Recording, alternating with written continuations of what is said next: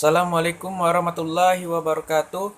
Alhamdulillahirabbil alamin. Assalatu wassalamu ala asrofil anbiya'i wal mursalin wa ala alihi washabihi ajmain. Amma ba'du. Pertama-tama marilah kita panjatkan puji syukur kita atas kehadirat Allah Subhanahu wa taala yang mana telah memberikan kita nikmat iman, nikmat sehat dan nikmat Islam. Selawat serta salam tak henti-hentinya kita curahkan kepada Nabi Agung kita, Nabi Sri Tauladan kita, Nabi Muhammad Sallallahu Alaihi Wasallam, yang mana telah membawa kita dari zaman jahiliyah menuju zaman Islamiyah, dari zaman kegelapan menuju zaman terang-benderang seperti sekarang ini.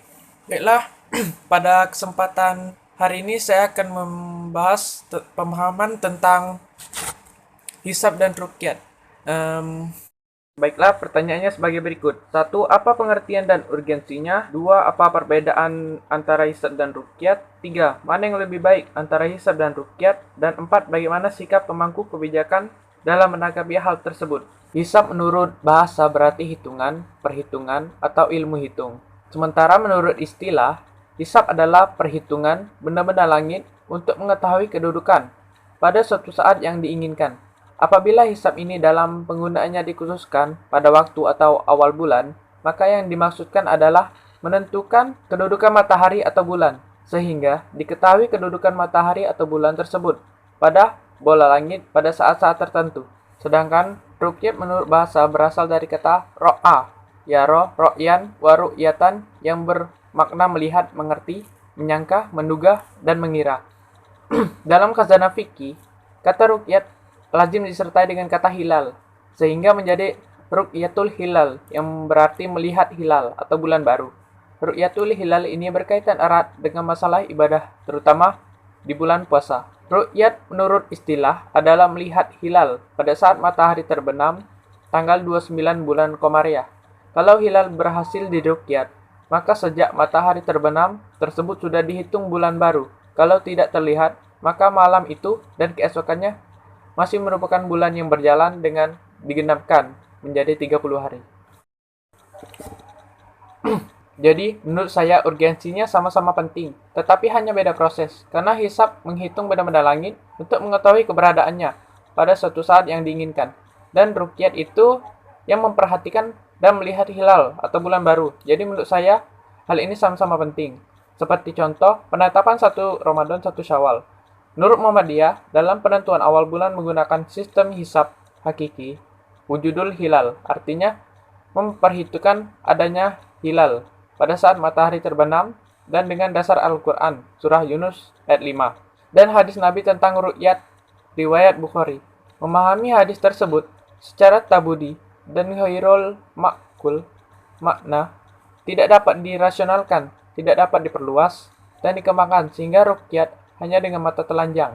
Tidak boleh pakai kacamata dan teropong, dan alat-alat lainnya. Hal ini terasa kaku dan sulit direalisasikan, apalagi daerah Indonesia ini kan tropis, yang selalu berawan ketika sore menjelang maghrib. Jangankan bulan, matahari pun tidak kelihatan, sehingga ruqyat mengalami gagal total.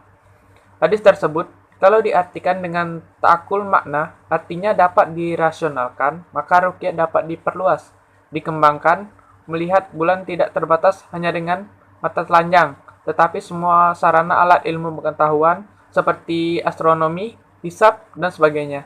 Sebaiknya dengan memahami bahwa hadis ru'yat itu ta'akuli makna, maka hadis tersebut akan terjaga dan terjamin relevansinya sampai hari ini, bahkan sampai akhir zaman nanti. Di Muhammadiyah tidak melanggar ketentuan pemerintah dalam soal ketaatan beragama, sebab pemerintah membuat pengumuman bahwa hari raya tanggal sekian dan bagi umat Islam yang merayakan, dan hari raya berbeda berdasarkan keyakinan. Maka dipersilakan dengan sama-sama menghormatinya.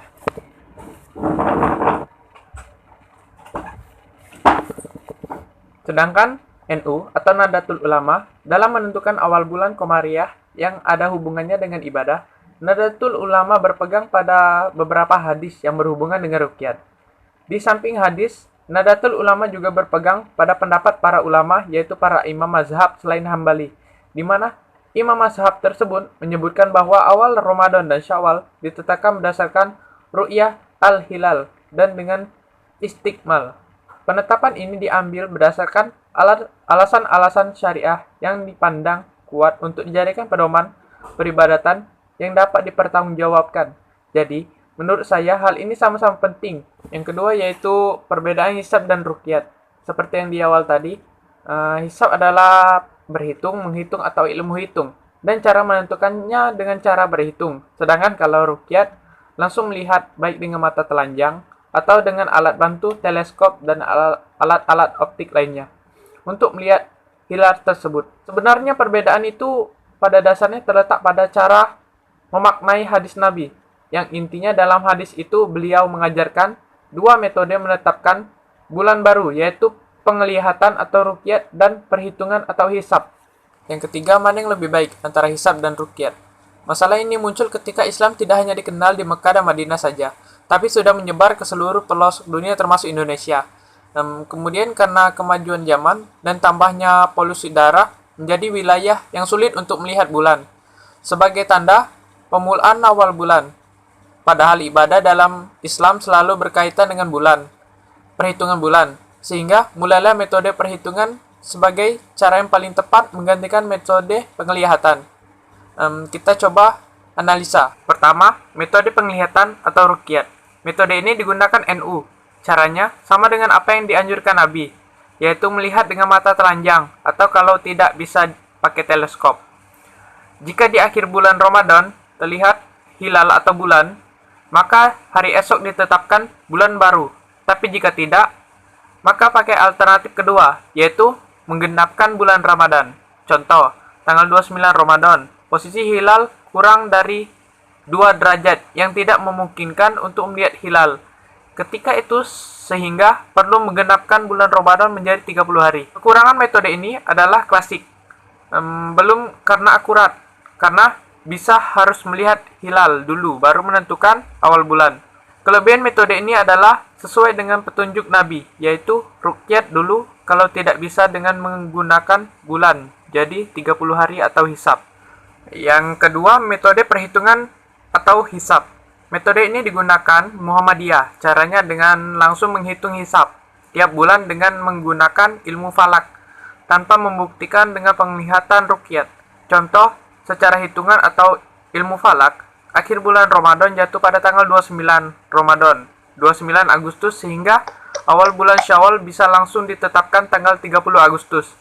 Meski terlihat ketika itu, tapi sangat rendah. Kekurangan metode ini adalah tidak sesuai urutan dengan petunjuk Nabi, yaitu karena dalam hadis dikatakan ruqyat dulu, baru hisab, bukan sebaliknya. Kelebihan metode ini adalah cepat. Tidak perlu menggunakan ruqyat, karena hasilnya sudah diketahui jauh sebelumnya. Kedua metode ini memiliki argumen yang sama kuat, sehingga perlu peran pemerintah untuk menengahinya.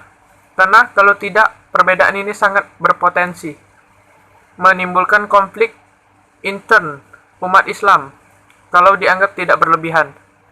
Ya, bayangkan jika satu kampung sebagian masih puasa, lalu sebagian lain sudah berlebaran. Ini secara langsung maupun tidak langsung akan menimbulkan rasa kurang harmonis.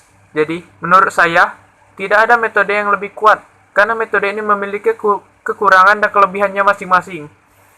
Seharusnya metode tersebut bisa saling melengkapi. Selanjutnya yang keempat, bagaimana sikap pemangku kebijakan dalam menanggapi hal ini? Menurut saya, di sini pentingnya metode pemerintah untuk mempersatukan umat. Bagaimana kedua metode ini bisa digabungkan agar tidak terjadi perpecahan. Oleh karena itu, pemerintah yang diwakili oleh para pakar ilmu falak atau astronomi menawarkan metode gabungan, ruqyat dan hilal. Caranya, awal bulan Syawal ditentukan dengan cara perhitungan atau hisab. Kemudian dibuktikan secara penglihatan atau ruqyat. Contoh, menurut ilmu falak, Hari Raya Idul Fitri tahun 2020 jatuh tanggal 30 Agustus. Pada tanggal 29 Ramadan, 29 Agustus, pemerintah melakukan ruqyat di berbagai tempat, dari Sabang sampai Merauke. Ternyata hilal tidak terlihat saat itu. Sehingga menurut metode ini, pemerintah menggenapkan bulan Ramadan menjadi 30 hari. Metode ini dianggap langkah ideal, karena berhasil menggabungkan dua metode sekaligus, dan lebih mantap karena sesuai dengan tuntunan Nabi, kekurangan metode ini adalah kurang populer. Hampir seluruh kalender di dunia ini memiliki metode hisab, bahkan kalender Hijriah. Tapi kekurangan itu bisa diatasi dengan bantuan ilmu astronomi. Sekarang, menurut metode ini, jika bisa digunakan, maka akan dibagi menjadi wilayah negara berdasarkan kemungkinan awal bulan terlihat. Negara kita akan satu kelompok dengan negara Timur Tengah, sehingga tidak akan terjadi lagi perbedaan Idul Fitri, Idul Adha, dan Wukuf. Terima kasih.